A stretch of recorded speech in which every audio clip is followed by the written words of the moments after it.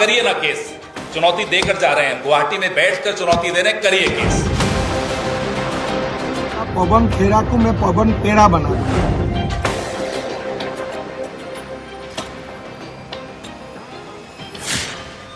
नमस्कार, स्वागत है आप सभी का। आप देख रहे हैं एनएमएफ न्यूज, आपके साथ मैं हूं नमता चौधरी।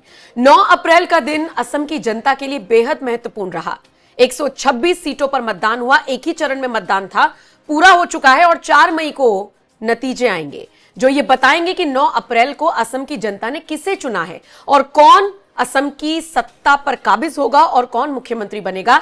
इसीलिए मैंने कहा कि 9 अप्रैल का दिन महत्वपूर्ण रहा है असम की जनता के लिए भी और कई राजनेताओं के लिए भी। 126 सीटों पर एक ही चरण में मतदान हुआ। 85.73% वोटिंग परसेंटेज रहा, जो बताता है कि लोगों ने अपने घर से बाहर निकलकर पोलिंग बूथ पर पहुंचकर अपने मताधिकार का इस्तेमाल बड़े पैमाने पर किया है। लेकिन इन सब के बीच 9 अप्रैल को ही एक और तस्वीर असम से निकलकर सामने आई, जिसमें असम के मौजूदा मुख्यमंत्री हिमंता बिस्वा शर्मा और एक पत्रकार के बीच तीखी बहस होती हुई नजर आई।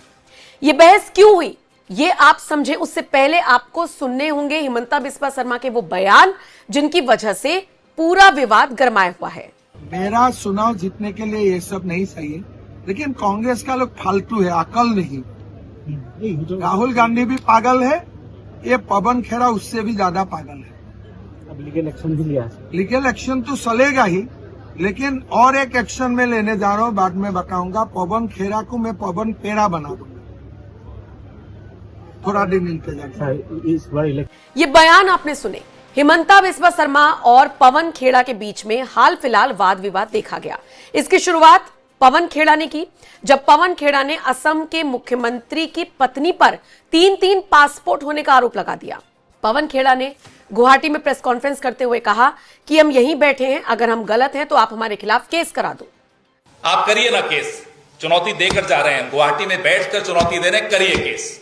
48 घंटे भी क्यों इंतजार कर रहे हैं, आज रात को करिए, खुलवाइए कोर्ट। आपकी तो बहुत चलती है, सुना, कौन रोक रहा है? असम के मुख्यमंत्री ने बाकायदा प्रेस कॉन्फ्रेंस करके पहले तो सारे सबूत दिखाए, पवन खेड़ा के सारे आरोपों के जवाब दिए, उन्हें झूठा साबित किया और उसके बाद असम पुलिस पहुंचती है पवन खेड़ा के घर में, जहां से वो गायब मिलते हैं।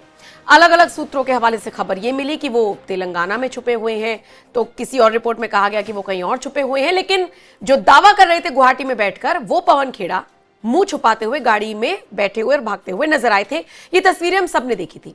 उसके बाद हिमंता बिस्वा शर्मा ने ये बयान दिए, जिसमें उन्होंने जिस भी तरीके की भाषा का इस्तेमाल किया वो मैंने आपको सुनवा दिया।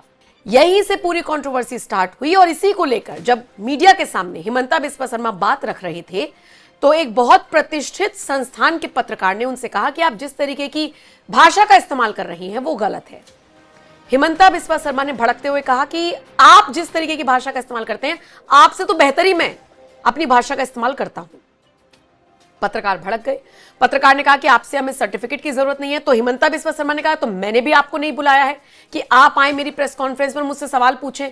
इतनी ज्यादा जद्दोजहद, इतनी ज्यादा बहसबाजी हुई, जिसका वीडियो सोशल मीडिया पर वायरल हो गया। जरा देखिए कैसे पत्रकार और हिमंता बिस्वा शर्मा के बीच तीखी बहसबाजी हुई। आपको लगता है कि इस पूरे कैंपेन के लास्ट ट्रेल में आपकी लैंग्वेज, सीएम हिमंता बिस्वा शर्मा की लैंग्वेज अनपार्लियामेंट्री हुई, क्योंकि मेरा लैंग्वेज लालन तब से हमेशा अच्छा होता है। अच्छा, नहीं, मुझे भी आपसे सर्टिफिकेट नहीं चाहिए। तो क्यों आप सवाल पूछते हैं लोगों को?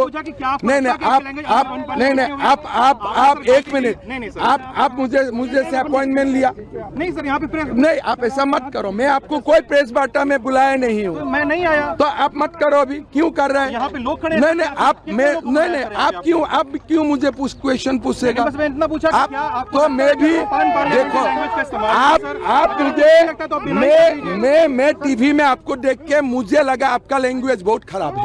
कोई बात नहीं सर, मैं भी पार्टी से किसी नेता से अच्छा, मैं देखो, देखिए, मैं आपसे बात करना नहीं चाहता हूँ। किसने मैं लालन तब क्या है वही नहीं जानता हूँ। कोई बात नहीं साहब, नहीं जानते क्या है ये चीज क्या है?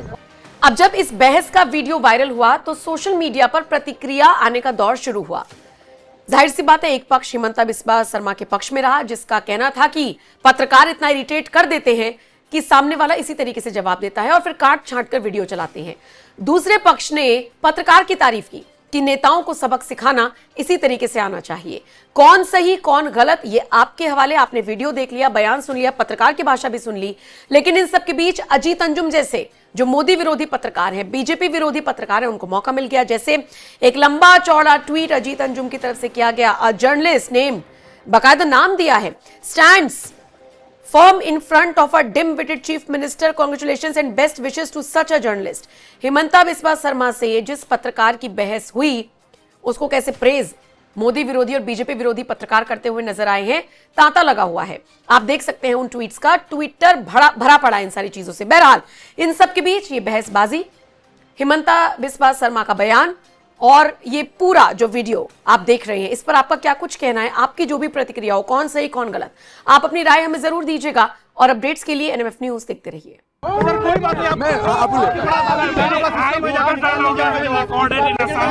ये सीज क्या है?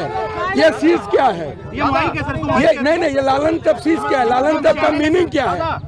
मैं तो सोशल इंडिया टुडे देखा हूँ, रिपब्लिक देखा हूँ, ये क्या है? मैं तो कभी नहीं देखा हूँ, मैं नहीं देखा। आप जाके दूसरा से कनेक्शन लीजिए, मुझसे नहीं।